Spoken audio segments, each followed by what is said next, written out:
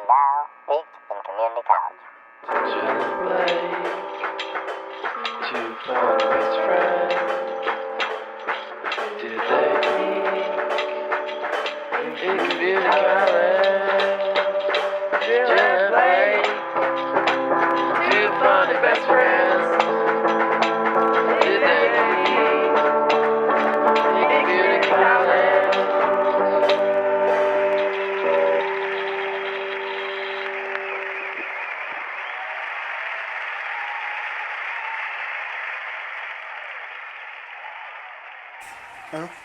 Okay. Okay, so literally 2 seconds before we started recording, I found out that My Chemical Romance is coming to, Michigan, and I am losing my mind. I texted my mom because they're playing with Iggy Pop, and at Comerica Park, I like Iggy Pop, but my mom loves Iggy Pop, and I love My Chemical Romance, and if I saw Gerard Way, and in the same... Combust. Like, okay, because this episode is going to be about our Ethel Cain concert experience, and I'm forever a changed woman. Mm-hmm. But imagining being able to see Ethel and being able to see My Chem, those are like the two... Like building blocks. Because I've already seen Alex G like 3 times. So the other two, like... Those 3 are, like, why I am the way I am today. Probably Pierce the Veil, too, but I've seen Pierce the Veil a bunch of times. So, and I saw them back before everybody else thought they were cool, so I don't even care what anybody has to say. I saw them at St. Andrews Hall back in, like, Y'all's Pierce the Veil Band-T, name 5 songs. Yeah, right, exactly. Back, like, 2017, 2016, so don't even come for me. But anyway, yeah, so I texted my mom and I'm freaking out and we're definitely going to go. I'm going to make it happen. I'm feeling like this is some live technical work. I feel like I want to move the mic closer because I feel like the audio is always quiet. Okay. So I might slide the thing forward. Okay. So this will be a little cut. Okay, well you said guys. you knew how to start it, so... I did, so if you can hear a little ambiance, it is a dark and stormy night. It was a dark and stormy night. At 11:17 a.m. In Beep, Michigan. In Beep, Michigan. In Hell, Michigan. Julian Duran's Willette's apartment. Right. Not very long. I'm engaged. No, I'm kidding. I'm not engaged. I'm just You tell me that you're engaged by saying it here. Like, you don't even tell me first. Well, there's something in here that is crazy that I did not tell you. I'm so excited. Anyway. It's coming. Okay. Yeah. So yeah, we have, like, the big idea for the episode, but we're just gonna do, like, our little intro paragraph that we always do for 40 minutes at the beginning. On my way here, this is what I had to say. On my way here, I was driving on one of the roads, one of the, like, main roads in the town in which we are, and... Everyone knows where we live at this point, like... If you've topographically connected the dots of the places where we've said and how far we are, you've probably had enough points to determine general area. Yeah. Also, I can still go to Kroger and Aldi and Walmart and not get bum rushed, so it's okay. You guys can know where I'm at. Yeah. I'm not that famous. We're not famous, so the only people who watch this are people who already live here and know who we are. So, so I was driving on the road, and it's raining out, and all of a sudden, to my right, I'm listening to my audiobook, and I see something, like, crawling up the grass, like, towards the road, like, where I'm driving, and it, like, freaked me out for a second, because I didn't know what it was. I just saw something, like, inching up and, like, coming up towards the road, and I didn't know if it was, like, an animal, or, like, I didn't know what it was, or, like, it looked like a big turtle, like, it was, like, this big, flat thing. It looked like a giant turtle, and then I looked at it, and you want to know what this thing was? It was a lawnmower, like, Roomba. It was a robot Roomba, but that was on the lawn mowing the lawn. Oh. And I've heard jokes about it, but I've never actually seen one IRL. What are we coming to? Right, so the AI is mowing your lawn now? Hey. Hey, that can be something that robots take over because I can't mow the lawn anyways because I'm, like, highly allergic to grass. So I get hives Oh, you're one of those. up my neck when the like 2 times that I've ever mowed the lawn. I have never mowed a lawn before. I tried doing the lawnmower. My dad lived on 2 acres, and he had a, like, drivable lawnmower, and he was trying to teach me how to ride it and, like, drive it. I completely messed it up, and then he was running with me, because this was, like, an old model, because, like, I was telling my coworker this story, and she was like, oh, well, mine, you just stand up and it stops. And I was like, okay, well, this is not how this one was. This was some jank-ass, old, frickin', my dad probably found it, like, somewhere, and then, like, revamped it. Like, there's no way it was, like, a new, it was just functional to cut the grass. And so I remember I was sitting there and he was running with me, like, barbecue sauce. Trying to get, because it was bad, and he ended up stopping it. And then one more thing, another time in this same house, he was driving the lawnmower and I was in the 3 Seasons room. Oh my god. Boo, get a grip. It's probably all messed up now. Yeah. The cat just kicked the tripod, for anyone For the wondering. audio listeners, the cat just kicked. Oh, but the audio listeners, I figured out how to put the video on, so they'll see it also. Right. But, my dad hit a wood chip, like a chunk of wood, and it flew through the lawnmower and hit the glass and, like, exploded. And it was so scary, because I was in there and I thought I was gonna die, but I didn't. So, that's it. Bruh. So, life updates, I'm still unemployed. I'm school's going unemployed. good. I tried to drop. No, I didn't try to drop. I had the thought, I had the vision of, what if The concept. the concept of dropping a class. I have an online class that it doesn't take a lot of time to do, but it's just like time that I could be spending memorizing ionic compounds for chemistry. And I was like, okay, what in theory, if I dropped this class and got the refund and then just took it over the summer, like that would be fine. And then I could focus my time on chemistry and stuff with my other 2 classes that I have.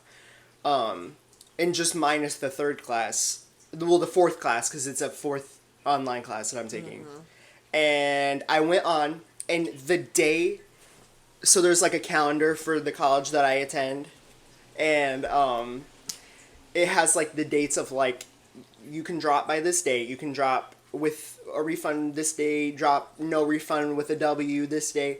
The day that I went on was September 18th. The day to drop the class to get a 100% refund, the final day was September 17th. I was like, bro, if I had this vision a 12 hours earlier, it could have happened. So now I'm in it for the long haul. And it's fine. Like, I did all this stuff. It was just like, I had a thought of like, how could I give myself more time to utilize the time in which I'm not spending at my job. I'm talking about in it. Mm-hmm. Yeah. So don't worry, guys. Still over full time. God, I'm taking 3 classes right now. And it's fine. It's just like, I was talking with my therapist about this. Like, I'm at the point in my life where I'm just ready to like be done with school. I'm ready to get ahead in like the, work aspect, but not like a dead end job. Like, I want to work at a library and be sufficient and like happy with what I'm doing using my degree. And I work at a library now, which is fine. I love my job, but I want to get another job so that I can it can equate to full time, because I work part time now, and then I'll get another part time job because I work nights, so it'll be like easier. But it's just like, I'm just to the point where I'm ready. Like, okay, my sister is gonna have a baby. I'm gonna be an auntie. I'm gonna need to be around. I want to save up for a house the next couple of years. I want to get married. I want to have kids. I want to start my life.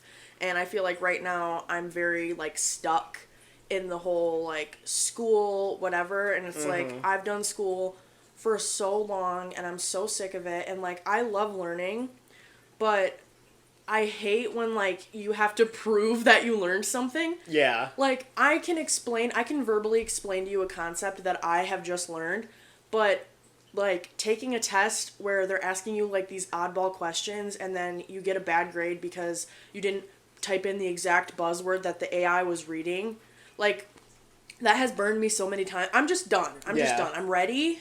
I'm ready, and once I get my associates, that's going to be it for me for a minute. And if I want to go back to college, I can later in life. I need to get a move on, and I'm ready. Yeah. So that's how I feel. I definitely am more, like, academic brain. Like, I don't want to work right now. Like, I like being in college. Like, I like taking classes and learning until it's chemistry. If I could take all biology and anatomy classes, which is eventually what I'll get up to with my degree, but right now I'm taking my final, like chemistry, well, not really, because I have to take Chem 1 and 2, but, like... A little 1, too. It is hard. It is hard. I'm not chemistry brained in the slightest. I don't get it. It's a lot of math, but not in the way that I've taken through calculus. Like, trigonometry, I'm good at that. I'm good at that. I understand the concept. I'm so bad at math. Calculus, like, okay, that was kind of hard, but, like, I passed it with, like, a B+. Like, it was fine. Chemistry is a different kind of math because it's not really math, it's like science. And it's when science turns into math, but it's still science. So you can't really apply a whole lot of math concepts to it because it's still science. It's hard. It's hard, y'all. And so it's like math, but it's like all related to like the literal the molecular mass of hydrogen and like it's like no. Whew. I would lose. Memorizing like chemical compounds and ionic compounds and like Nick the Camel ate a clam for supper in Phoenix. Like that's like a mnemonic for learning like these 35 different ionic, like it's like see I can't do that. I don't want to memorize compounds. I want to learn about the body. I want to learn about the body systems and because I have a good concept and grasp of biology and anatomy, like just keep adding onto it and applying it versus like learning something completely new that I don't care or well, yeah, because a lot of college, it seems like, why, like, when will I apply this? Yeah. Or, like... Especially, like, just getting out of... I thought I was out of all my gen eds, and now I'm still having to take, like, a little bit of gen ed because I didn't do it when I got my associates for a reason. And it's like... I do believe that everything happens for a reason.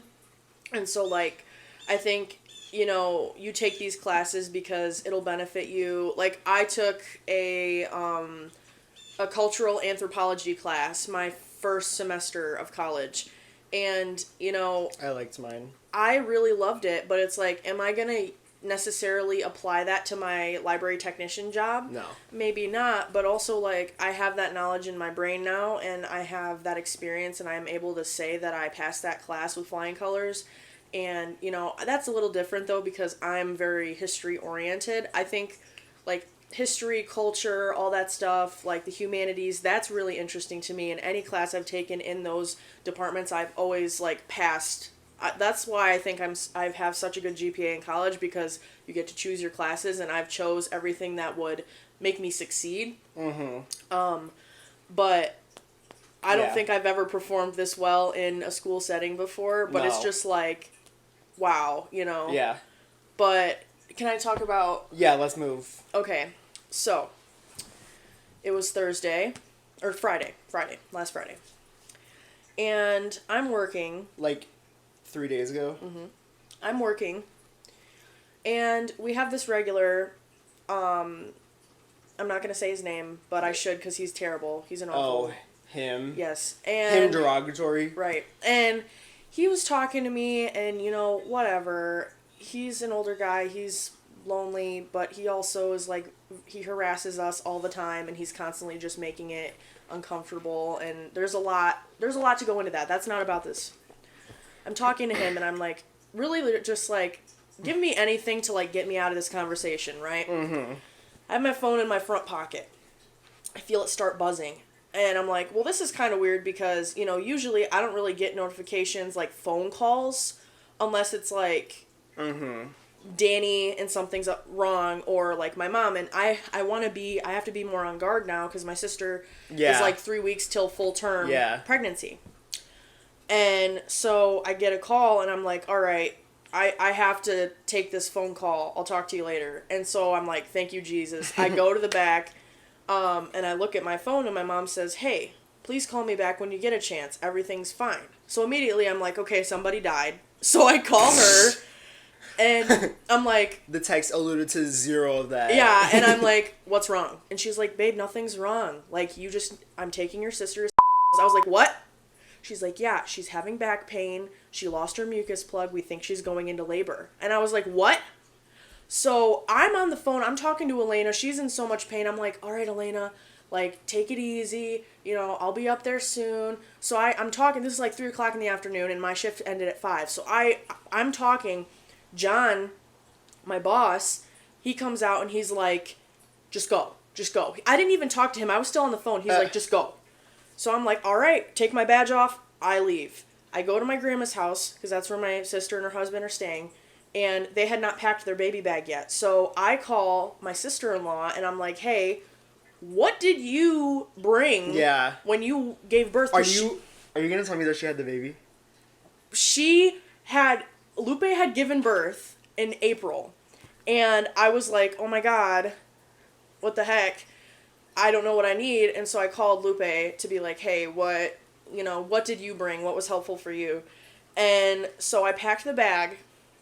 I got up there. I'm hauling ass. I have change of clothes for Sid. I have, because he came straight from work. I have baby clothes for Ellis, diapers, nipple cream, freaking anything you could think of, I brought.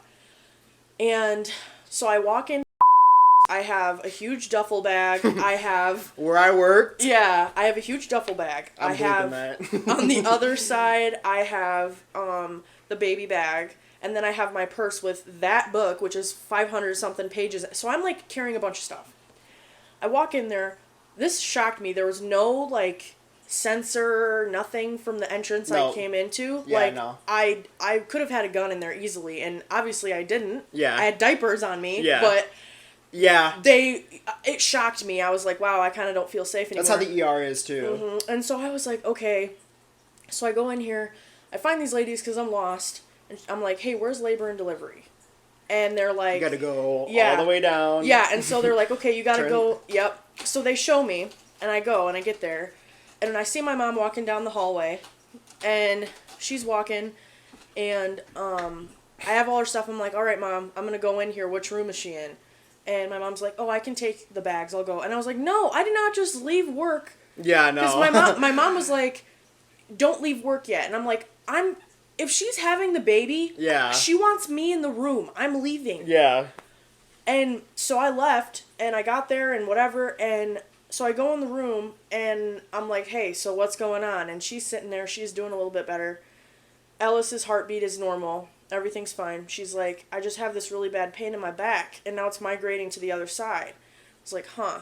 So they did some they did some urine tests, and they found white blood cells in the pee. But it didn't burn when she peed, so they ruled out infection, maybe just like a little hint of something. Mm-hmm. And then they did an ultrasound for kidney stones, because there was no indication that she was going into labor. Oh. It was but atypical. She lost her mucus plug. Mm-hmm. It was atypical, but they were still like, huh. So it was inconclusive. So they were trying to figure out what was wrong. So then they did an ultrasound to see if there was any kidney stones. There wasn't anything. But then they were like, okay, well, what could happen is, since you're so pregnant and everything's so congested in there, your tube from your kidneys to your urethra could have been pinched by the pressure and like the weight of the baby, and maybe that is why you're having so much pain on that side.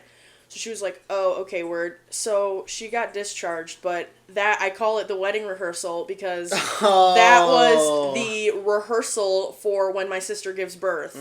Because she didn't, but I thought for a good, like, 45 minutes while I was, the second I got the call, when I went to my grandma's house to get the stuff, getting to the hospital, and actually getting in the room, that whole time I thought she was giving birth. Like, I was ready to go. And, Dang. So, yeah. And I didn't even tell Blake this, because Elena told me when, like, when push comes to shove and she's getting ready to, like, pop this kid out, she doesn't want everyone in the planet knowing. Yeah. And I was so worried about her that I wasn't thinking about calling Blake and Yeah, being right. like, hey. So, and then we just didn't talk, and I was like, oh my god, I should probably tell him this, because I kind of forgot that it happened, because... because it wasn't, It wasn't the real deal. That's why I was like, if this is you telling me that she gave birth and you didn't tell me... Oh, no, like, I this would have... I would have told you, but, I probably wouldn't be able to do this right now, because I'd be helping her with the baby. No, right. But, yeah, because I told her I'm probably going to stay with her for a couple weeks after she gives birth, so that I can help with the baby, because Sid doesn't have a lot of time... off for, like, maternity leave or whatever, but Elena took hers early, because they kind of concluded with the whole back pain thing that she needed to, like... take it. Yeah. Yeah, because she just moved, and she's, like, going crazy. They were like, just chill. So she took her maternity leave early, and she's chilling. But, Yeah. Let's move those down and just... Okay. So, the reason in which we are here today unto you is because on Wednesday, That fateful day, we saw Ethel Cain in the flesh. I'll show you my... Really, we didn't see her. She was more of a shadow. She was more of a black and white shadow. But, like, that's Ethel Cain. Yeah. Like, that is Ethel Cain. Like, the shadow, the black and white, like, silhouette of a beautiful woman, that is... And towards the end, then we, like, okay, I saw her face. Yeah. But for a good while, like, I just saw, like, a black silhouette. Danny was like, oh, are you sure she wasn't just lip-syncing and, like, it wasn't actually her or something? And I was like... She sounds the exact same like, live. ethereal. Like, basically the exact same live as she does, like, in the recordings. Like, there's zero, like, audio, anything to her songs. It's literally just her raw voice. Right. It's crazy. Right. And she, like, towards the end, you could tell she was having a lot of fun. Like, she was, like, interacting with the crowd. Like, took somebody's hat. Was, like, you know, being super, like, fun and, like, interacting, like, putting the mic out for us to sing. Yep. And her set was amazing. It was so beautiful. The way that I felt was, like, the set... like the set in stone, like set was like the show, like it was like a performance. Like obviously it was, but like it was like for her, it was like all of it was a performance. Like the music, the like not choreography, but kind of like like how she presented herself, how the band outfit, was, like everything. It was all a lights. Performance. It was like a story because obviously it's a story.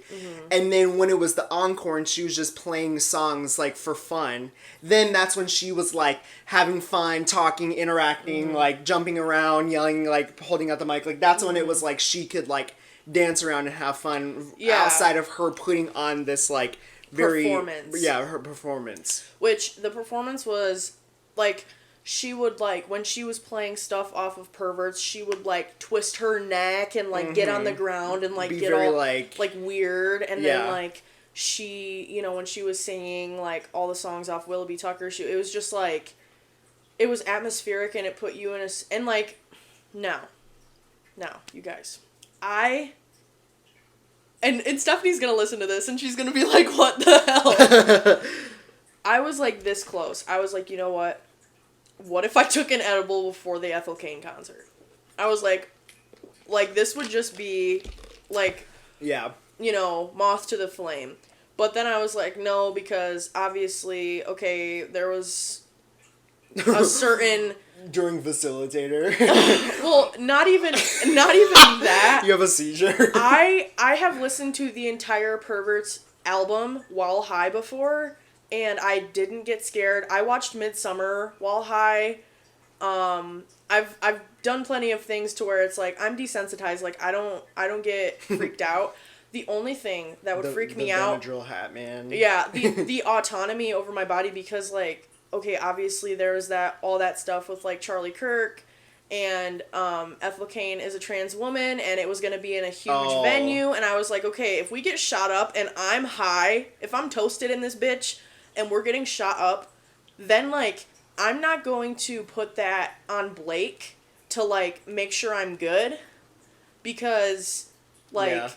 We're supposed to be there for each other in that moment, and I made that joke kind of when we were talking about this. I was like, if someone like was unloading a clip, like I wouldn't necessarily get in front of you, or I'm not getting behind you, but I'm not getting in front of you either. Like we're both ducking. We're both getting the hell out of there. Like no one's trying to be freaking savior complex. No, I'm we're not. Just trying no. to survive and get out of there. Yes. And like, I mean. If it was a question of, like, me or Blake or, like, something like that, obviously I'd probably take one for the team, but it's just, like... We'd Romeo and Juliet. Basically, yeah. I'd be like... Yeah. Who's been more suicidal in the past year? You suicidal? No, but... Why? Right. Like, I didn't think I was making it to 20, so it's like, okay, if 2 + 2... Like, Blake is gonna save lives. But no, this is not, I'm not going into the suicidal ideation. No. All I want to say is, you know, I would want to be safe, and I would want to protect my friend, and I would want to be protected myself, and I would want to make sure everyone has a good time and it's smooth sailing.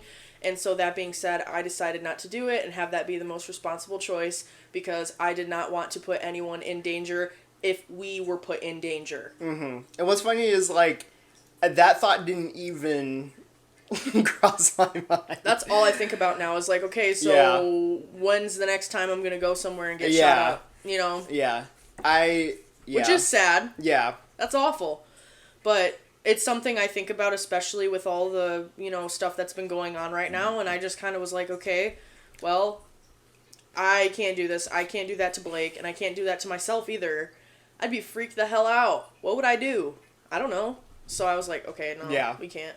But there was a lot of people there that were definitely on something. This girl sitting... Little trench coat. Yeah, this girl sitting next to me, she smelled like Lush Rose Jam, which was my favorite forever, and I sat down and I was like, I just have to ask. I was like, what are you wearing? Is that Rose Jam by Lush? And she's like, oh my god, yeah. And we like started talking. I'm that one person who makes friends with everybody at the concert. I spoke to the person next to me one singular time. Yeah. Well, and then there were girls in our seats, and I was like, excuse me, ladies. Well, and it was pitch black because we came in during the opener, like right at, like towards the end. Because we got merch. Hey! Shout out to all of you greedy people in line in front of us. How dare you buy the last extra large green hoodie that I was going to get? Literally, the person before us took the last one. Like there was us, we were in line next, and the person in front of us went and bought the last hoodie. We, like, watched the guy, like, after they had helped those people cross off the take XL. the thing down and cross out the XL and then put it back up. And I was like, wait, is there still a large? And I was like, okay. What does that say? Tuve. No, it was so funny. We were in line we got in line at the venue. We entered the venue, and then we stayed, and a new bombshell has entered the and then we got in line to get merch. So we were just waiting in line for like 2 hours straight, and yeah, it was so long. It was actually a long ass time. But it didn't feel like the longest line I felt like was the merch line. It didn't feel like the line to get in was that long. What I felt when I didn't want to like make you worried, but when we were on the steps. And we were waiting to go into the merch room. You were like bugging. I was low-key like having a panic attack. Because it felt like I couldn't breathe, and there were so many people. It was hot on the stairs. It was so hot, and I was wearing the bra I'm wearing now, which is like very like, you know, and so I felt like I couldn't breathe. And there was just a bunch of people, and I was like on 2 steps, like, okay, here's 1 step and then here's a step above it. One leg was on 1 step and one was on the other, so my balance was uneven.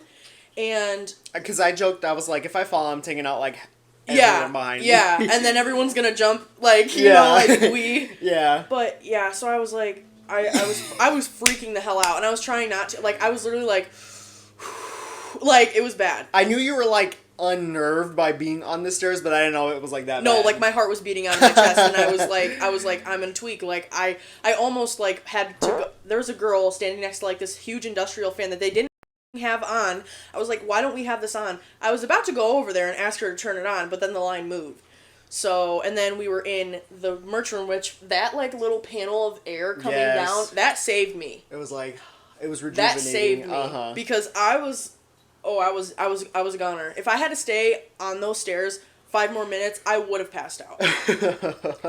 But yeah. This one part in the merch line, we were trying to figure out the price of stuff, and then we were trying to see what this sweatshirt said, and so I gave you my phone to take a picture of what the shirt said, and you zoomed in, and somehow when you took the picture, it completely blurred over, and it was just a gray picture, and that was probably one of the funniest things that had ever happened.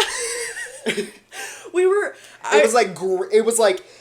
was zoomed in on the shirt, but somehow the entire picture, all it was like this, like just a little bit of this. Do you want to know what I think happened? Huh. I hit the button and I moved the phone too quick, so I think when the phone actually was like trying to take the picture, it just was like you took a picture of like the person, the arm or like something, and so I was like, it was so funny. So it was like, what does the shirt say? And then it was just like grainy. It was so funny. But yeah, we got our stuff. I bought a poster. I'll put a picture. I was surprised that we didn't. Like, they didn't give me, like, a rubber band to put around it. I was like... No rubber band, no, like... No tube. bag, no little baggie. Yeah. Nothing like that. I had the Raw poster on the ground. It was fun. I thought I was going to step on it, and then I put it in the seat when we were standing. Yeah, because we had seats. I liked that. We had seats. That was very nice, because we got to sat down in the middle, kind of like an intermission, because the way that we were standing was a little bit inclined downwards, so... We were standing kind of like holding ourselves up by our heels. My feet hurt so bad by the end of the hour and a half. Yep. And it was like just this little incline. No, why did I know it's kind of like the outdoor amphitheater by like us. Oh. But not as bad, but like the same thing when you're Still. like 45-degree angle. And you're wearing like Converse, like really shoes. Yeah. But yeah, Ethel Cain opened the show with Willoughby's intro, which was a creative choice because that is not track 1 on the album. Right. It's track 2. And then she did... But the way that the intro was it was green lights. Oh, and it was all filled with fog and smoke. And so it was like strobing, blinking, like fading in and out green lights lit from the front. So all you could see was the fog, like fading in and out with the song playing from the band. But then the lights would start coming from behind instead of in front, and then you would see like it would be like lit from the front and all you'd see is fog, and then it'd fade out, and then you would see her silhouette in the fog, and like then she it'd like light appeared. back up. She'd like appear in the fog and then go away because the fog would like be lit up again. It was so cool. It was so cool, and it was like, and I mean that song in of itself is so like, it's so ambient. It's very like yeah, like ambient, but also like I love instrumental tracks on albums. Like Alex G, he would always do like one instrumental at least on each album, and a lot of his albums weren't concept albums in the way of like Ethel Cain, where it's a cohesive story, song, but it would be more of like a concept. Like God Save the Animals was his idea of like religion and God, and like he was kind of exploring that and making songs about that. But what I love about it is even in something like that, those instrumentals are like really like, wow, you know, this really encapsulates that feeling of that concept. But since Ethel Cain's album is more of a concept album and tells more of a cohesive story from song to song to song, those instrumentals weave in like all of the emotions you feel and it's so good. Like, it's just so... It was, like, vibrating in my chest. And I wish everyone was silent. I wish that I could put videos in this video, but it'll get copyrighted. But if you go to my Instagram, I have almost all of the videos posted on mine. So if you know me and if you want to see what I'm talking about at any given point in which we're talking about a song, go look at it. It was so good. And I don't know, I just think it takes a really special person to be able to come up with an album. I mean, like, I'm sensing a theme here because, like, okay, I love My Chemical Romance. I love Ethel Cain. I love Alex G. And all three of those artists are extremely, like, concept-driven, you know, and all in their separate ways. And... like a persona, almost. Or Alex G's more of, like, an exploration of his own experiences. My Chem and Ethel are more of, like, they weave their own experiences into these characters and then portray them in these albums. And I just love that concept. I love that idea. I think it's, like, Gerard Way for 3 Cheers saying, like, you make a deal with the devil to, like, you have to kill 1,000 evil men to, like, get your wife back, and the last of the 1,000 is yourself. So you have to kill yourself. Like, so you don't even get to enjoy. Like, I just think it takes a really special person to be able to have the forethought to create these stories. And, you know, Gerard Way did it with, he wrote Umbrella Academy, and he's wrote some other stuff. I cannot wait for Ethel to write I was going to things. say, like, it takes, like, you can't just, like, oh, I'm going to write a concept album. Like, you have to be, like, a visionary. writer and a visionary first. Yeah. Like, Yeah. the music comes with it, but, like, you have to be able to tell a good story. And if it's not good, then the music, like, the melody could be good, but, like, if the story isn't good, like, it's not going to, like, no one can just write, like, oh, I'm going to write a concept album. And it's, like, If you're a musician. A Like, good Taylor one- Swift, I don't know if she could write, like, a concept album in the way that, like, these people do it. well, because I think there has to be a level of edginess and a level of, like, scar from the past. Like, okay, when we think of Taylor Swift versus Ethel Cain, what do we think of? Taylor Swift got famous very young. She, you know, always had, like, money and stuff and, like, whatever. And so she has had some pretty awful experiences in her life, I'm sure, from being so famous.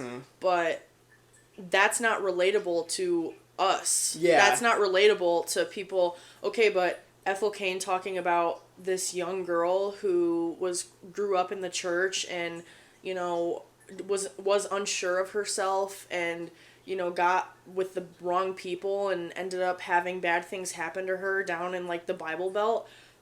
That is real. Like, Yeah. there are plenty of people that have a grandma or themselves, like, stories in their family lineage of, like, women that have had these hard times, which is a song off the album, but it's just, like, that's more relatable. And even if you haven't experienced it, it's more of a, oh, well, I know somebody who did. You don't know somebody who is a millionaire, and not everybody does. Like, me or you don't know who's a millionaire, but we know somebody who, you know, something bad happened to them or something really good happened to them that's obtainable within, like, middle class, you know? So that's where I think it's different. Taylor Swift couldn't do that because, like, okay, Gerard Way, he grew up in Newark, New Jersey, in, like, a bad part of town, and he, you know, came up and all this stuff, and it's, like, that's a lot different than, you know. Did you know that, Preacher's Daughter is, like, one of 3 albums? Like, Willoughby Tucker's, like, kind of like a continuation of it, but Preacher's Daughter is, like, a trilogy, and it's all centered around, like, the preacher. Like, the preacher isn't the main character, but, like, the preacher is, like, the central character that all of the albums will be wrapped around, because Ethel Cain is the daughter of the preacher, her father, the pastor of, like, the church, and then the wife, Vera. There's going to be Preacher's Wife album. And then I don't know if there's a name for the character, but there's the mother of the preacher is like also something to do with it, and so it's gonna be Preacher's daughter, Preacher's wife, and then Preacher's mother, and that's gonna be all three of them, and then like that'll be the full like Preacher story. Have you not heard this? No.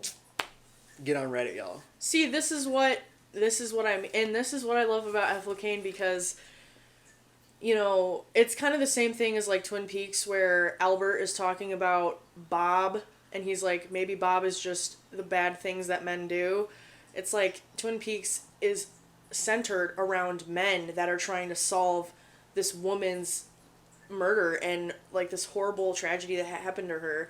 And so it's also like with Ethel Cain talking about like the preacher, the man is the main idea, but all of these women, the POV are the women. The POV is the daughter, the wife, and the mother, and how all of those women were changed forever by this preacher.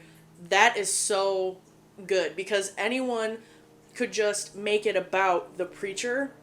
Not everyone could have the idea of making these albums about who the preacher affected and tell the preacher's story that way. The ending of Preacher's wife lining up with the ending of Preacher's daughter, but being from the mother's perspective of like, where is my daughter? And like finding out she like is murdered. Like, yeah. And you know how many people have that experience of someone they know or love or anything like that went missing, was murdered? Uh-huh. You know? In the 90s, 80s. Yeah. Even now. Yeah. Even music, what's so beautiful about it is like you can make your own decisions on what it means. And, you know, like when she says, I could reach into your body and fix you if I could, you know, I know she's talking about, there's so many things that you could apply to that. You know, when I think of that, I think of like my papa's battle with cancer, and I think about if I could, or like Phoebe Bridgers, if I could give you the moon, I would give you the moon. Like if I could do something to help or to make you better, I would, but I can't. And that is like so. Moon Song is one of my favorite songs by her ever. Right. If I love Scott Street too. If and So Much Wine.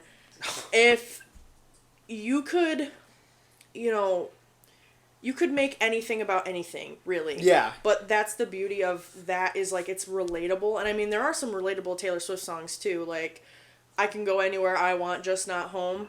Like, okay, we got that, right? So it's just like... And even she did some concept-y stuff with those two albums where, like, those... Yeah. Like, it's, like, stories about characters that are fake. I don't think that Taylor is a bad storyteller. No. I just No, think that... like, guys, I'm a fan. Like... I don't think she's a bad storyteller. I just think that she doesn't have the grit that Ethel Cain does. For, like, those relatable... Like, outside of, like, romantic... Yes. Contextual relatability, but Yes. more, like, lifestyle relatability. Yes, like street smarts. Like, you know, Taylor Swift can write a beautiful love song, and so can Ethel Cain. But Ethel Cain can tell you about a tragedy and make it seem real and have empathy for the person. Taylor Swift doesn't write songs like that. Yeah. You know, Taylor Swift doesn't write a 15-minute song about, you know, all of the it's a love song, but somehow it makes you feel dread. And it's talking about more than just that.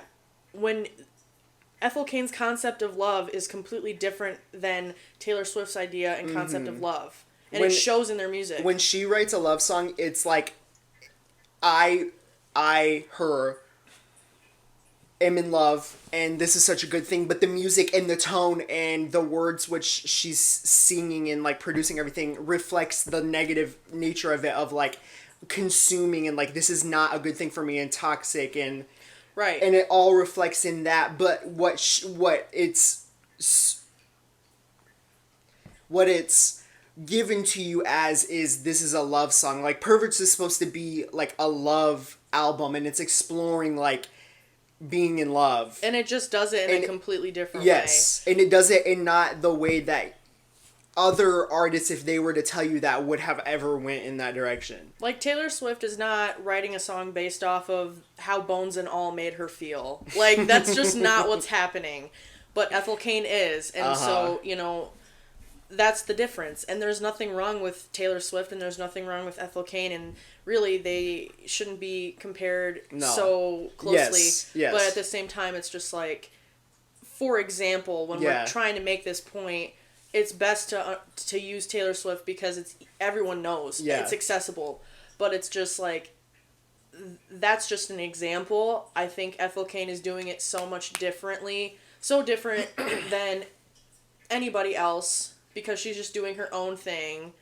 And I think, you know, there's a lot of controversy or whatever, like the Americana, like, you know, but here's what I think. I think someone who is a trans woman who grew up religious and stuff and is using those, like, Southern roots and all of that, that feels like home. And taking that and using that to, you know, perpetrate her feelings, but, like...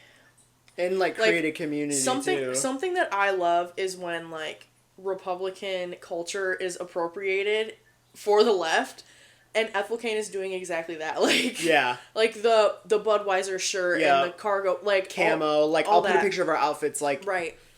That core. That, and that's the same way I feel. Like, that aesthetic, I think, can be very beautiful, and I think can make you feel hope and nostalgia, especially when you're in those areas. Like, I grew up in the Midwest, so my perception of, like, that stuff is different, but a lot of it is similar. Yeah. And, you know, so having said that, that is nostalgic for me. The ideas associated with that culture is not for me. And it shouldn't be for anyone, in my opinion. Yeah. But, because it's not for anyone, it's just hate. Yes. But I love that idea of, like, camo and, you know, like, you know, I think, like, Catholic imagery, that's beautiful. Yeah. The stained glass, the, you know. The, like, veil. And so the fact that Ethel is using these things that are so perceived in such a way that's anti who she is, and she's taking those things and she's making them her own, I think that's great. Yeah. I think that's amazing. Yeah. And I will support, like, I love her. Yeah. But wow. She's just like an icon, and I'm just obsessed, and her music has done so much for me, and she's such an inspiration. When I first started, like, buying stuff for my apartment, this was 2 years ago, I started buying stuff and, like, thrifting, and she kind of changed my whole outlook on, like, what I wanted my aesthetic to be and, like, what I liked and stuff, because I would watch her videos on YouTube with all of her, like, oddities and antiques that she had found, and, you know, I love history, and it was just so refreshing to see somebody who also appreciated that, and talks like a real person. Yeah. And I was like, wow. And then, you know, I got inspired to find things that I like that are maybe inspired by Ethel Cain and what she would like. And then it just kind of went from there. Yeah.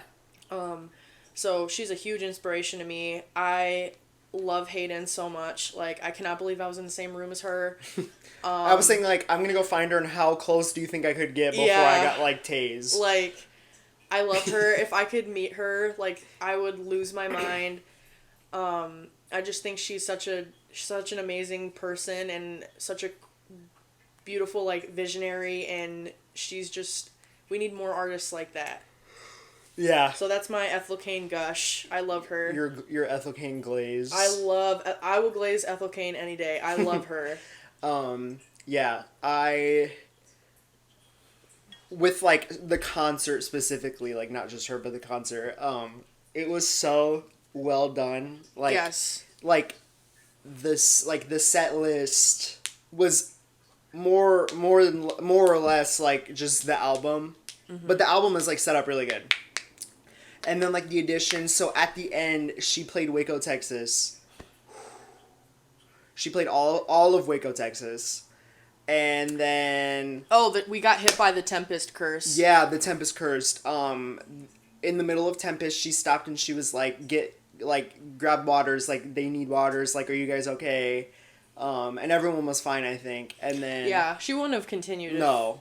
everyone wasn't. Because that's what happened, I think, the show prior. I think it was Toronto, like, something, and one of the days in Toronto, she only played, like, a fourth of Waco, Texas after Tempest, and then didn't come back out for the encore, and I think it was because the venue was having issues, and it was so hot, and people were getting, like, sick and passing out, that she was like, it's unsafe for people to be here, so, like, why would I continue to play music when people are, like, passing out? So, like, right. and people were, like, mad about it. Like, not mad about it. Some people were, like, man, I didn't hear, and it's like, okay, but if y'all are okay, then, but anyways, we got it, so, right, so maybe I have a different opinion. She played, the end half. Well, okay, so she did, Janie was her, like, opening, like, song, like, when she, like, was, like, singing, and then she was like, what's up, Detroit, and then she played Me Eyes, which was so fun. I was like, oh, she's gonna play Me Eyes, and he was like, no, that's not the next one, and then she plays, and I was like, because I forgot the order. No, I think that was that not right? There was an instrumental in between. She skipped a lot of the instrumentals. She used the instrumentals to like segue into the next song. Into the next song, or like change up something, or like the band, like moving something around. She used like Willoughby's interlude. But do you want to know something? Before the concert, we were like, oh my god, which one is she going to play? Is she going to play House in Nebraska or Thoroughfare? Yeah, because she mostly plays House in Nebraska at the end of this as one of the encores. Like, that's like the main encore song, because House in Nebraska is the song off of Preacher's Daughter that is about the person Willoughby, which is what this whole album that she was touring with is about. So she is singing Waco, Texas, so it's like the last song. Mm-hmm.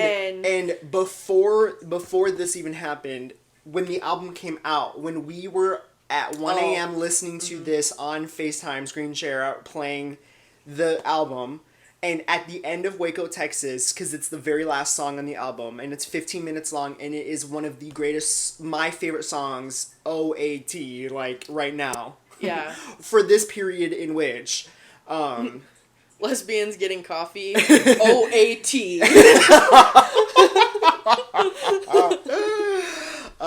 Yep. And I've always said that. That's our vocal sim. Anytime we say something that's funny, we always go, and I've always said that. And then always said that, or I know that's right. Yeah. Yeah, we invented that, actually. We did. We invented the wheel. I don't even know what I was saying. Waco, Texas is the last song, and so it's 15 minutes long. She sings very like what's the like soprano, alto, vibrato? What's below that? What's the third one? Alto? No, that's the second one. Okay, whatever. The one that's like not like but like above that, she sings kind of like deeper and like lower and like not as loud. And then halfway through the vocals of the song, she ups it like and starts singing higher and louder and grander. And then it like it ends just like like it's like and the lyrics are so crazy, and it just ends, and then there's like this whole instrumental part after that's just like like I literally like ascended. And then when we were listening to this for the first time, I was like, does this not sound like it could transition into House of Nebraska? Like the melody was just a little close. Like I was like, this sounds kind of similar. Mm-hmm. Flash forward, last Wednesday, she finished playing Waco, Texas, and then we thought that it was Jover, and then she started to play House in Nebraska without missing a beat, never finished playing any songs. The song at the end of the instrumentals of Waco, Texas just morphed a little bit because it already sounds kind of like it, and just went right into House in Nebraska, and she played just like the first like verse and like chorus, like just a little bit, like 8 lines of the song, And that was the end of the end of the set, because she still went on for the encore. But and then she played for Thoroughfare. When she started to play House of Nebraska, we literally like grabbed each other. And no, were, like, right? Like there were marks on. There were marks. Like, we were bruised. Yeah.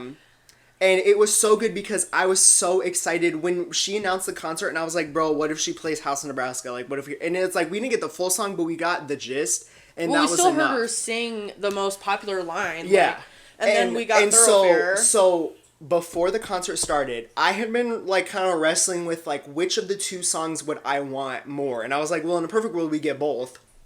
And we got both. Which we did. But I was like, you know what?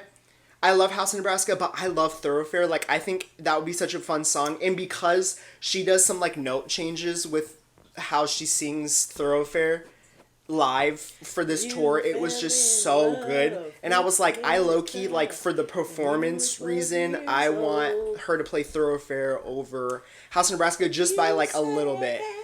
And so, the last song that we were listening to in the car, we were playing music on the phone.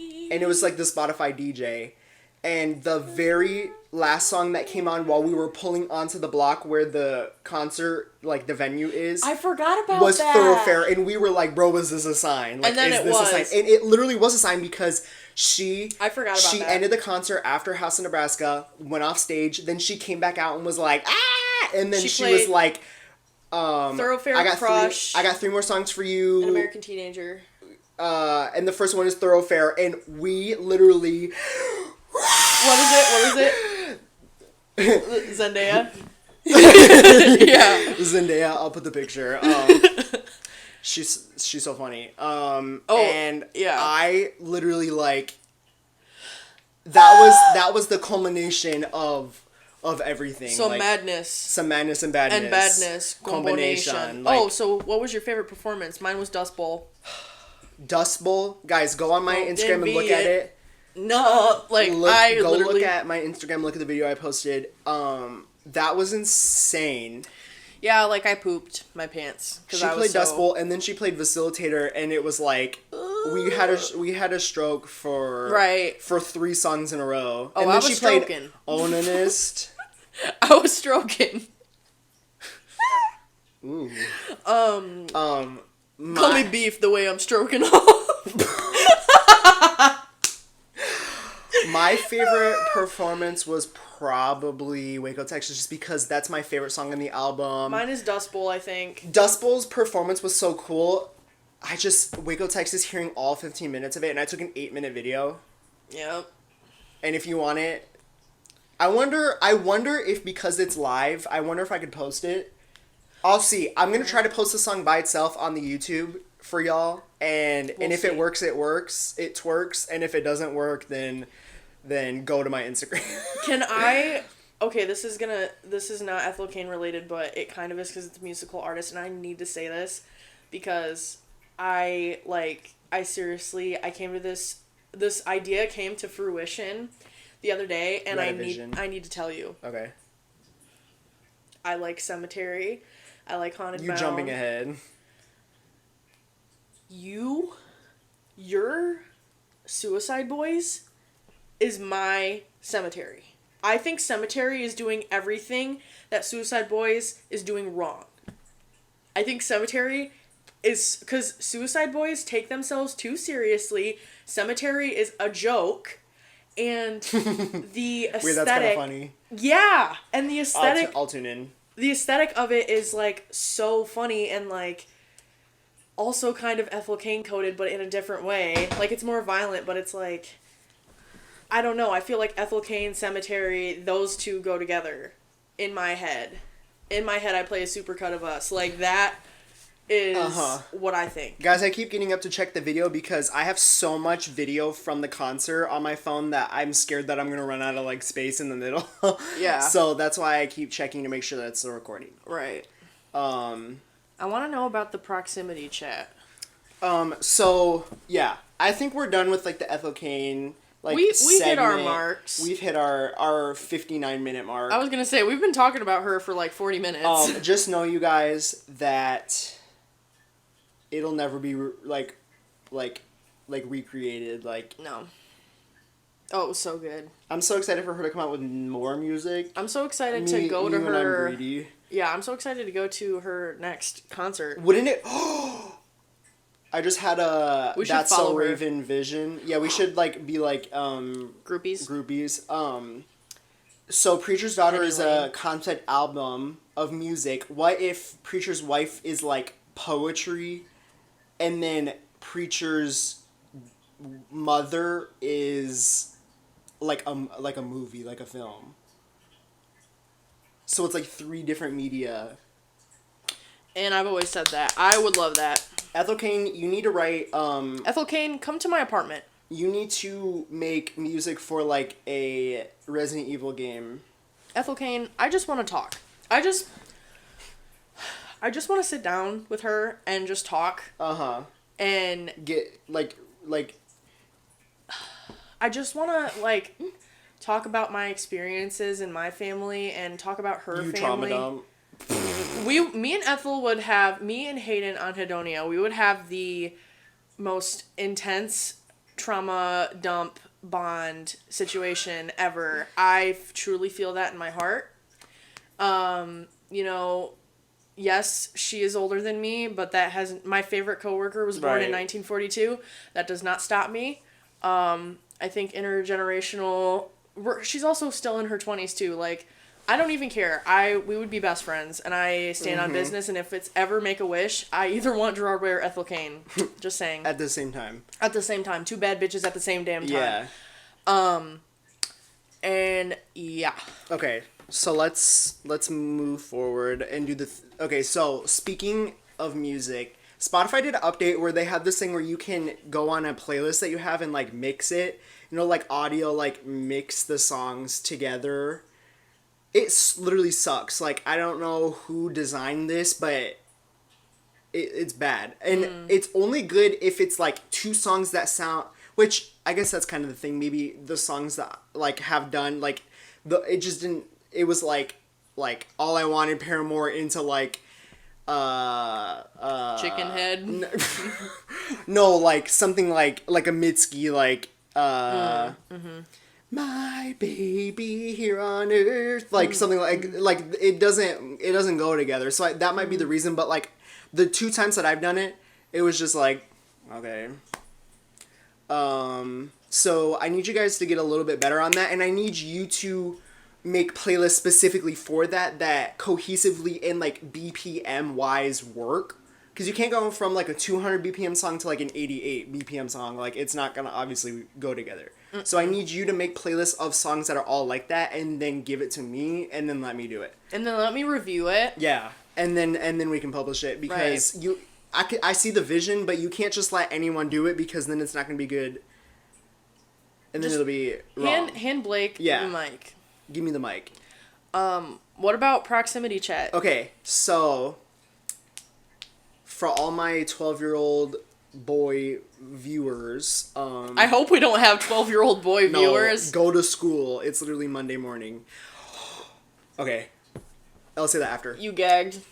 Fortnite just came out with a mode, and I forget what it's called. It's something dumb, but it has proximity chat. So when you get close to people, if you have your microphone on.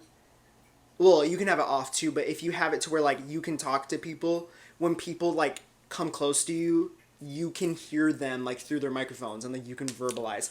So the mode is, like, you're not... So, okay, so for all my Gen X, Fortnite is a shooter game you play by yourself if you're playing by yourself, and you're trying to kill everyone in the round to be the last one. Or, like, not kill everyone, but, like, it'll eventually be just you.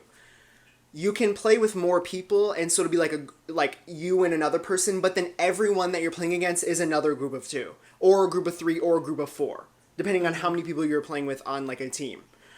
In this mode, there are no set teams. You have to, like, come across someone and be like, yo, let's team up verbally through the proximity chat, and then you join a team. So there could be a team of 4 against a team of 2. Like, it just depends on how many people you've came across and, like, joined up on.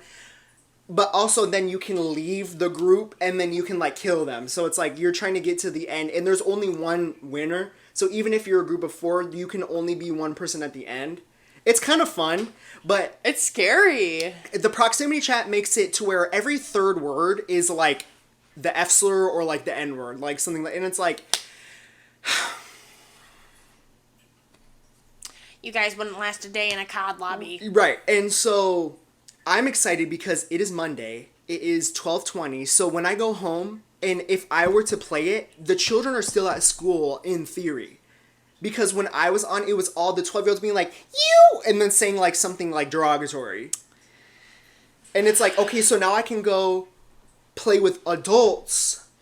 And it might not be any better, but it like, they're not going to be like, you. So you're. But I need to show you some of the videos of it because it's so funny. I'll show you after. You're seeking refuge with the other. With the adults, yeah. It's like a joke. Unemployed. It's the joke of like people like who are like older and play Fortnite just casually love when it's like the school year, like when school goes back, or it's like during the week because all of like the children are at school. So it's like fun because it's not all of these like tryhards. Yeah. Fortnite is so fun, you guys. Fortnite. So yeah. Is that about it? That's about it for the meat, the nitty gritty. Let's talk about music. Musica. I'm gonna go first. Okay. It is hot, y'all. I want to take the sweatshirt off bad. I know. I can turn the air on after this. Please. So for music, I had a really hard time picking because I'm not listening to specific songs right now. I'm just listening to like my playlist that I made. But some of the highlights that I picked were De Selby 1 by Hosier. The first track in Unreal Unearthed, which perfectly transitions into De Selby 2. And you can't listen to just one without the other. Like, you have to listen to the beautiful vocals and, like, the Irish language that he sings in De Selby 1. And I made the joke, I was like, because I don't know if it's over 50%, but my majority of my DNA is Irish. Like, my genealogy. Really? Mm-hmm. I'm majority Irish. And then, like, just all the other whites. And then German, English. And then, like, a little speckle crumb, like, 3% Native American. And I don't know if it's, like my great-great-great-great grandpa's third cousin's uncle that might have been like from Ireland, like spoke the Irish language, like was like Irish, not like them coming over in, like, we all know about what happened to them, but like pre all of the, what do they call those, the religious like conquering of the Irish culture. Whatever relative was a part of that, I think, like taps me on the shoulder a little bit when this song comes on, because it's like, I don't know what you're saying, but, like, someone down the line does. And it's really good. You know, that's actually really fun that you say that, because I've been doing a lot of genealogy, like, looking up stuff at the library, and it's just so fun, because I have my great-grandma's middle name, or my great-grandma's maiden name is my middle name. And I found my great-grandma's mom, who was born in the 1800s, and then her husband, and it was just really cool. But, yeah. I'm taking off my... No, I'm not. Because I probably have sweat stains, and I don't want y'all to see. Heat lightning. Okay, so... You right now? De Selby, me right now. Mitski's second newest album, which was what we saw when we saw her in concert at the same venue as what we just saw at ETHEL CAIN at, is really good. I liked it. And it wasn't like, people weren't like, like all of old Mitski, obviously, because like all of the old stuff is the best stuff. But I did like the new album. And Heat Lightning specifically, I liked a lot when it first came out, but I've just started re-listening to it, and it's so good. It's so good. Heat Lightning is so good. By Mitski. And then, I think I said this last time, but Vampire Empire by Big Thief specifically is so good. I like the Adrian Lenker version also, but I like the way that the song sounds better With in the the band? Big Thief version. But hers is still good. But I like the ness of the of the band version. Right. I have been listening to Ghost Mountain, which sounds like Cemetery basically. And then Cemetery, I've been listening to him. I've been listening to Bones a lot, and I found this like Bones.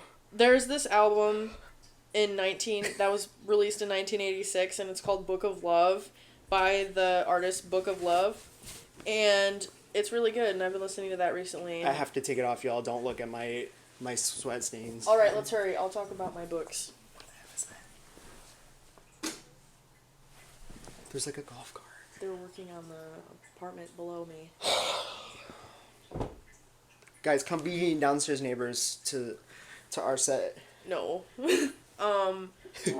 Okay, so here is my books that I'm planning to read after I finish this one.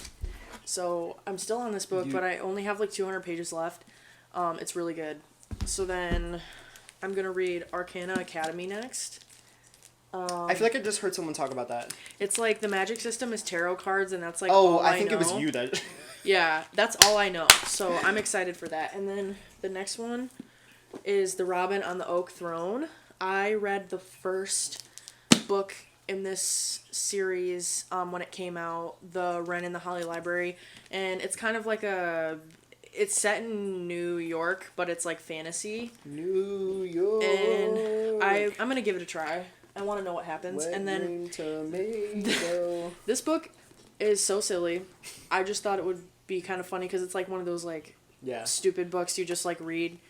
No hate to Olivia Dade. I don't think she's an untalented writer, but it's just not. Who you are, yeah. It's not like. It's not serious. Right, but it's not meant to be taken serious. But it's about these people, and it's in a zombie apocalypse, and this girl, she like escapes, and she's trying to like save her neighbor. Come to find out, her neighbor's a vampire, and he's like, "Hey, do you want to see the West with me?" No, he's like, "Hey, you should stay." I want to suck your blood. He's like, "You should stay with me because it's safe here," and she's like, "Nar, I want to save more people," and so then they fall in love. Is the idea. Bruh. But if y'all hear this whatever it's called, the drill. Whatever it's called. Yeah, so They're that's canceled. what I'm planning on reading after I finish this one. Okay, so I finished Queen of Shadows. And instead of going into the tandem read again, which I knew was going to take me like a month and a half to finish, I was like, why don't we put a pause on the reread of Throne of Glass not even like 5 months after I finished Right. it the first time. Bye. He drilled one thing and then left. I wonder if there's another person down there. So instead of going into the tandem read or like just reading one or the other first, I was like, oh, I have always wanted to read The Realm of the Elderlings series by Robin Hobb. Assassin's Apprentice. Mm-hmm. So I was like, ooh, let me give it a try. I got 3 pages in. No, I got 5 pages in and was not hooked. And for me, and this is a dilemma that I come across like a lot, there's so many books that I want to read. I wish that I was immortal just so that I could just read every book ever. Or like every book that I've ever been interested in. Like I just am so mad that like realistically I'll never be able to read every single book I ever want to because it's an ever-growing list. My TBR, and me too. And it makes me so sad that I'll never get to read everything that I've ever wanted. And so my thought when I'm reading a book is if I don't like it, I'm not going to put in that much effort and wasted time to try to finish it. I'm just going to move forward. And so I'm not saying that I'm not gonna read this book because I'm sure it's really good. I don't know if I was in like the mindset, and I literally was 3 pages in and I was like, meh. So I still have the book downloaded on my phone, but I was like, oh, let's pick up something else, and I've had Shadow of the Gods downloaded from Kindle Unlimited on my phone for over a year, and I was like, you know what, I've always heard good things about this. I like epic fantasy, and it's only a trilogy. It's not a 15 book series. So I was like, let's try this one. I got literally 4 pages into the first chapter, and I was like, sold. It is books have never, like, not even Throne of Glass. I've never read a series or a book that this quickly has like grabbed me by like the shirt and was like, I have you. Like this, it was immediate. That's how because I felt. it wasn't like I hate, and that's how Assassin's Apprentice, because I was reading basically the prologue was like lore. And it's like, I want to get that like as I read. This book was like immediate, like something was happening, and in which during the plot you were getting pieces of lore about the world. And I was like, this is so good. The plot is good in general. It's based off of like Norse, like Viking, like inspired fantasy world. And like it is so good. I'm on chapter 6. And it's 3 POVs. So one of the POVs is about this woman. She's a mother. I'm your mother. I'm your mother. I'm your grandmother. And she's like this like strong-willed like warrior-esque like woman, but she has her husband and they have a child. And literally chapter 1, they're hunting and the son is hunting, and then that starts to like introduce like the biology of the world and like the ecology and like the kinds of animals and like and then that introduced like the history and like why things are the way they are, and like and someone close by, because they don't live in a town, they live like outside of a town in like the wilderness, and there's someone else that also lives out there, and it's another husband, wife, or like a man and a woman and then a child, and the man and the woman, they've come across their like their cabin like area where they live, and the man and the woman are murdered like graphically, and then the child is nowhere to be found. Oh. And it's like, hey, okay. And so her, from the back of the book, her point of view is like something about something or someone or people or things, because there's like monsters in the world, and there's like bad people like murderers and stuff are like kidnapping children. Oh, so that's God. her thing. And her child is like a prominent piece of her life, so i.e. I think her kid will also be taken. Oh God. Because it says about her going on a path chasing down missing children, and it doesn't say anything about her husband. It says her, like the mother. So like a mother looking for her missing child. The second POV is about another woman. She's like a warrior Viking. She's part of this like band of like warriors. She's young, but she's like the most like ferocious, and she is like aspiring to be this like famed warrior in her people, and like and I've only read 1 chapter of her point of view, and it was good. I'm on the second one right now. And then the third point of view is this man. He's they're called thralls. They're slaves, and he's trying to track down I don't know if it's a type of witch or just a witch in general, but witches can perform this like incantation to show the last moments of someone's life. And I think he's trying to find it because of his sister is dead, and I'm assuming he needs to know what happened to her right before she died, like she was killed, because he's kind of has like a vengeful spirit about the way he's going about doing these things, and he's very like he can fight, so it's like I think he's trying to find out what happened to his sister so he can go like kill some, but it's all based around, and then there's like stakes of like there's an overarching like bad, like the big bad, that you don't know about, but that you've heard about. So this book is so good. How big I'm is literally it? chapter 6. It's only like 400 and some pages. Oh, okay. I'm 6. Like, you think I would not like I'm 6 chapters in and I already know this much about. Like, I'm in it. Talking about in it. It's so good. So yeah, that's my book. And then for hobbies. Hobby corner. I have been baking a lot. I made some strawberry buttermilk muffins, and I made some brownies, and Danny wants me to make him some brownies because I made those brownies for his coworkers, so I'm probably going to make more brownies. But yeah. I was in a big baking like years ago, and then I haven't done it in a little bit. You should do it. I'm gonna make another pie for Thanksgiving. That's always like what I do. Blaked goods. Blaked goods. What's which y'all know. What's Brilliant Diamond? I've been playing Pokemon Brilliant Diamond HD on my Switch. It's good. I just caught a Meryl, and I named it Poggers. Oh, hell no. I started that game doing a Nuzlocke, which is, do you know what that is? No. So when you do a Pokemon Nuzlocke, it's not an official mode, but it's just an official like rules you follow with the game. So when you catch Pokemon, if they die, they're dead. They're considered dead. You have to put them in a box at your PC, and you can't use them anymore. You can't revive Pokemon. You can't buy revives. You can only like heal them with potions, but until they're dead, they're dead. And on each route, so like route 201, you can only catch the first Pokemon that you encounter. You can only, no matter what it is, you can only catch that first one. And if it fails for some reason, you can't catch another one that entire route, and you have to go to the next one. Oh my God. So it's like, it's hard. Like, it's meant to be hard.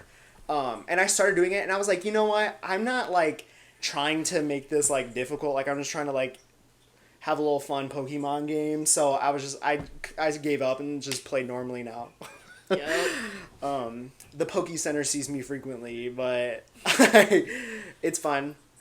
I'm so, okay, so the last thing that I have written down on my notes is just the September 25th.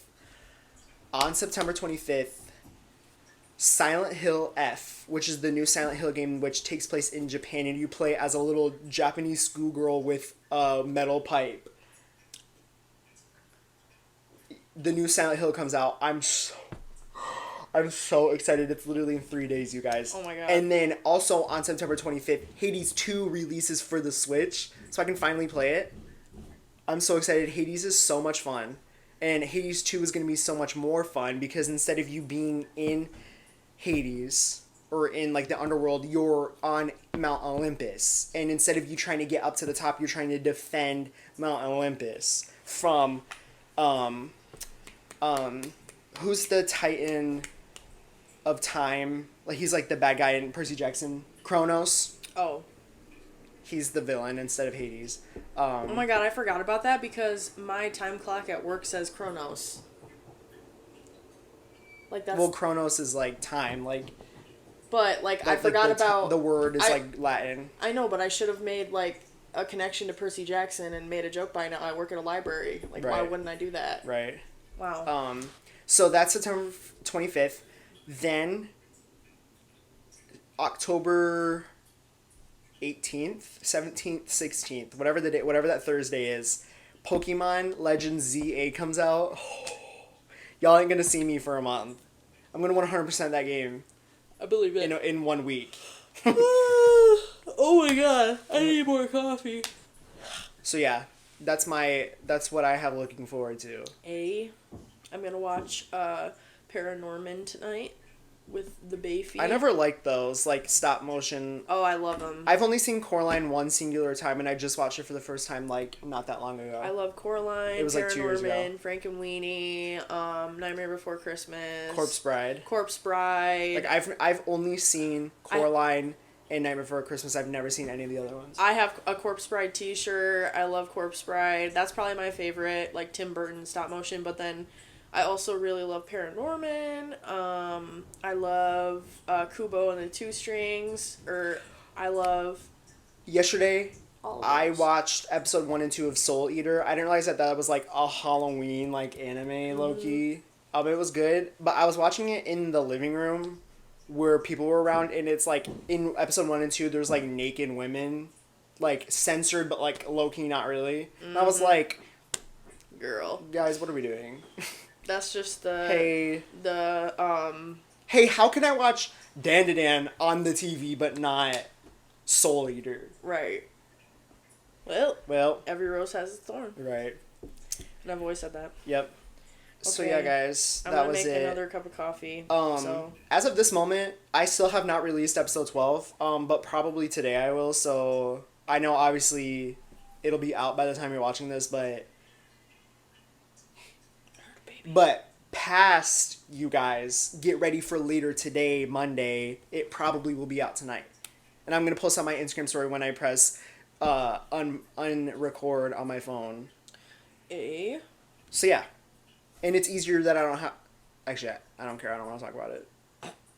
I don't want to say all that. Sorry, y'all. I'm excited about my friggin' Your bar of soap. No, I'm getting a solid perfume, and I'm so. She said that she was getting a solid perfume, and I was like, You're a man. incels discovering bars of soap. No, you're a man, so you don't get it. Okay, I'm sure everybody else who is my female girl. counterpart can understand. Solid perfumes are way better because they stick better, they smell better, they last longer, and there's way more product in them, and they make your skin soft and smell nice. So yeah, that's what I have to say about that. I got it from, shout out to House of Moth and Stars on Etsy. I got Autumn Nights and Starlight. It's sage, ginger, orange, bergamot, vanilla, clove, cinnamon, and cedarwood scent. So yeah. Lit. That's it. Okay, guys. Follow us on TikTok. Follow us on Spotify. Follow us on YouTube. Subscribe. Smash that like button. Subscribe. Comment, please. Share if you want. Tell a friend to tell a friend. Tell a friend to tell a friend. She's back. And yeah, we have something confirmed for the fall for Halloween time. And we have something in the works, so who flung poo, maybe that'll happen. And we're gonna have another guest, unconfirmed also, after Halloween. So if you're the guest watching, we haven't contacted you yet, but we will. We will in due time. Thank you from the past. I hope this email finds you well. I hope this email finds you well. And yeah. All right. Goodbye. Goodbye, pineapple. Goodbye, Yellow Brick Road. I need more coffee. Yeah. I need to take a shower. I'm sweating. Oh, it's doo-doo.